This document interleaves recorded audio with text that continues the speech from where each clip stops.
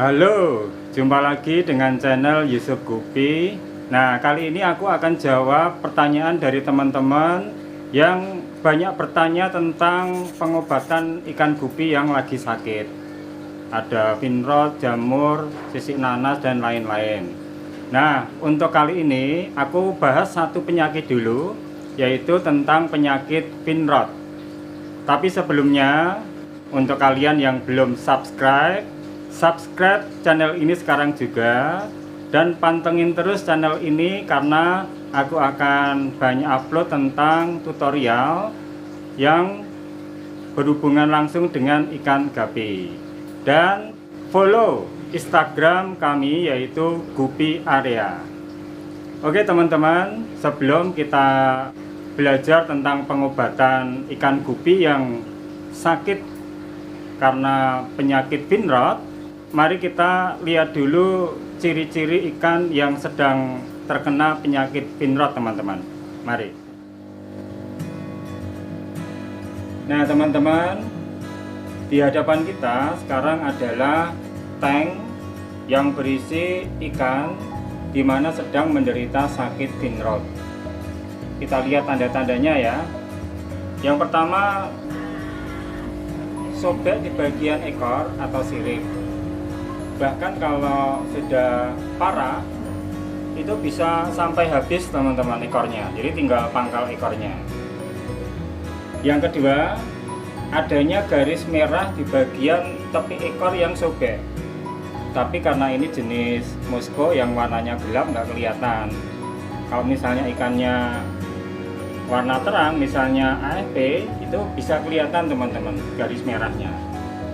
Nah, garis merahnya itu dikarenakan adanya pelebaran pembuluh darah di sekitar ekor yang luka itu teman-teman. Jadi kelihatan memerah. Yang ketiga, berkurangnya aktivitas ikan yang biasanya lincah itu hanya diam di dasar tank atau ngambang di permukaan. Tapi kalau ini kayaknya belum begitu parah, jadi sudah sakit tapi masih asik berenang-renang teman-teman. Jadi mudah-mudahan nanti bisa kita selamatkan. Nah, sedangkan penyebab dari penyakit pinrot itu adalah sejenis bakteri seperti Aeromonas dan Pseudomonas. Itu adalah sejenis bakteri yang secara alamiah mereka sebetulnya ada di dalam lingkungan tank teman-teman. Jadi di kolam, di akuarium, dimanapun dia ada, karena mereka adalah fauna atau makhluk hidup yang memang ditemukan di perairan air tawar. Jadi sebetulnya bakteri Aeromonas dan Pseudomonas itu dimanapun ada ya. Nah, mereka akan menjadi patogen atau menyebabkan penyakit bila kehadiran mereka menjadi berlipat ganda teman-teman. Itu yang pertama.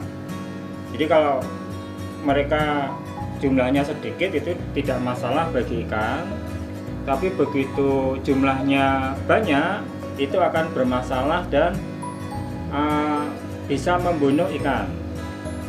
Penyebabnya mereka bisa berlipat ganda itu karena memburuknya kualitas air di kolam atau akuarium.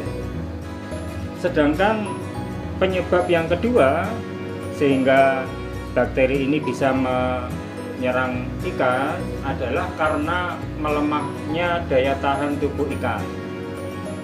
Sehingga pada saat daya tahan tubuh ikan melemah, maka bakteri bisa menyerang ikan tersebut sehingga menyebabkan penyakit pinrot.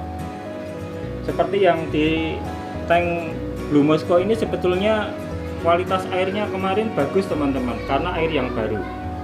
Hanya kesalahannya kemarin pada waktu saya pindah ke tank ini, itu kondisi airnya baru semua teman-teman. Jadi nggak saya ambilkan dari tank Blue Mosko yang lama.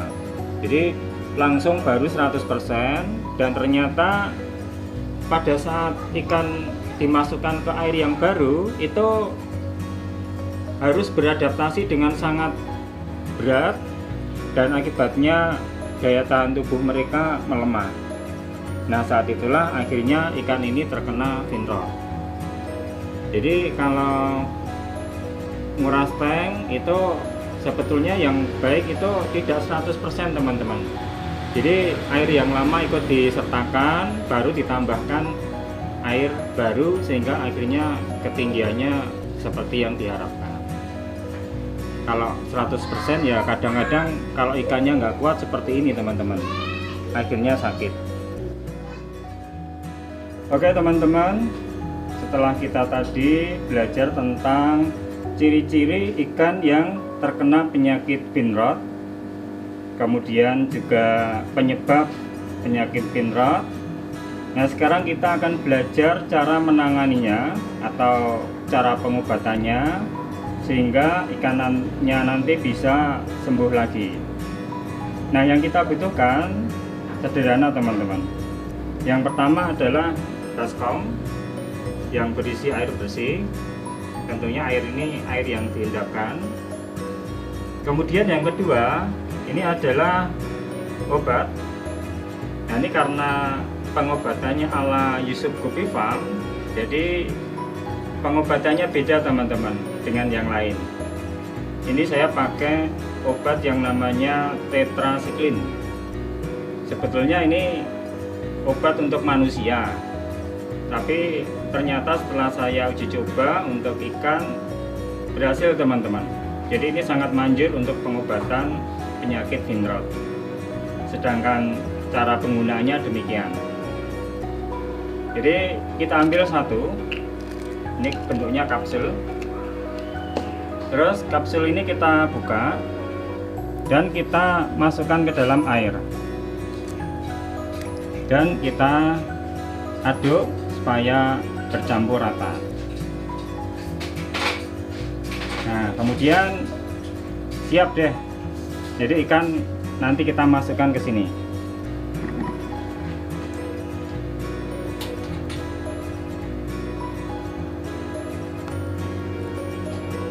Nah, kenapa tadi sebetulnya ikan yang sakit hanya 1-2, tetapi yang saya obati itu semua teman-teman.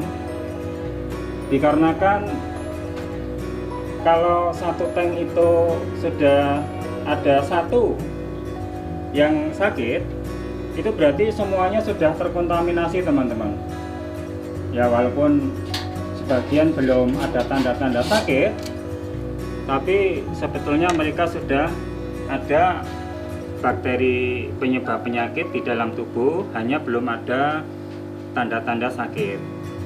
Jadi oleh karena itu semua ikan dalam tank, di mana di situ ada ikan 1-2 yang sakit, ya harus diobati semua. Nah, ini nanti kita tunggu di sini sampai 3 hari. Jadi sambil dikasih makan nggak apa-apa teman-teman. Jadi kesukaan ikan ini apa, pelet, artemia atau apapun bisa dikasih makan di sini.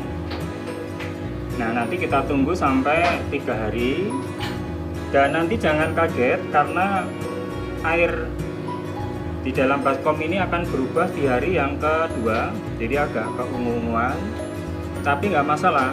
Jadi memang reaksi obat kalau di dalam air seperti itu, jadi akan berganti warna ke ungu-unguan. Itu kita biarkan sampai hari ketiga, baru nanti sampai hari ketiga ikan sudah sembuh. Walaupun nanti ekornya masih ada yang gripis, tapi dia sudah sembuh teman-teman. Jadi tinggal kita masukkan ke tank dengan air yang sudah disiapkan, yang sudah diendapkan.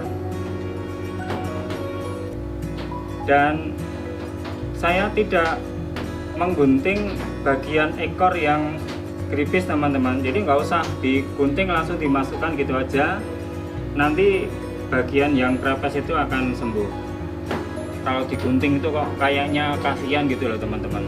Jadi nggak usah digunting. Nah, sekarang penanganan tank bekas ikan sakit teman-teman. Jadi tank ini adalah suatu tempat yang sebetulnya dia sudah penuh dengan bakteri penyebab fin rot. Makanya hati-hati pada saat menangani tank ini, dikarenakan kalau misalnya airnya ini nyiprat ke tank yang lain yang berisi ikan sehat, dapat dipastikan ikan yang ada di tank kecipratan tadi pasti akan juga tertular. Oleh karena itu hati-hati. Jadi jaringnya pun yang kita pakai untuk jaring ikan sakit tadi tidak boleh dipakai untuk jaring ikan di tank yang lain. Jadi sebelum dipakai itu harus dicuci hamakan, yaitu dengan cara direbus air panas sehingga nanti bisa steril. Demikian juga dengan toples untuk penyaringan air tank, itu semuanya harus direbus teman-teman, batunya, toplesnya, sehingga nanti bisa steril. Dan terakhir tanknya juga dicuci bersih, kemudian dikasih air panas. Nah, dengan demikian nanti akan mencegah terjadinya penularan. Karena tidak jarang ya teman-teman pakai jaring sembarangan, habis dari tank ikan sakit dipakai untuk tank yang lain. Nah, itu nanti akan terjadi penyebaran penyakit di dalam farm. Nah, demikian tadi teman-teman video tentang pengobatan ikan gapi yang sedang sakit fin rot. Dan sedikit rangkuman bahwa penyebab ikan gupi yaitu bakteri yang ada di lingkungan air tawar, baik itu di kolam maupun di tank, itu sebetulnya ada dan selalu ada, sehingga kita tinggal bagaimana menjaga supaya bakteri tersebut tidak menyebabkan sakit pada ikan. Nah, oleh karena itu kita harus pertama menjaga kondisi air di dalam tank sehingga selalu sehat dan bersih. Dan yang kedua, pada saat kita menguras ya, itu sebaiknya jangan langsung 100% ganti teman-teman. Ada sebagian air yang lama itu kita pakai kembali sehingga kondisi ikan tidak drop, dikarenakan harus adaptasi dengan air yang 100% baru. Demikian teman-teman video kita kali ini, semoga bisa bermanfaat bagi kalian semua. Salam, ciao.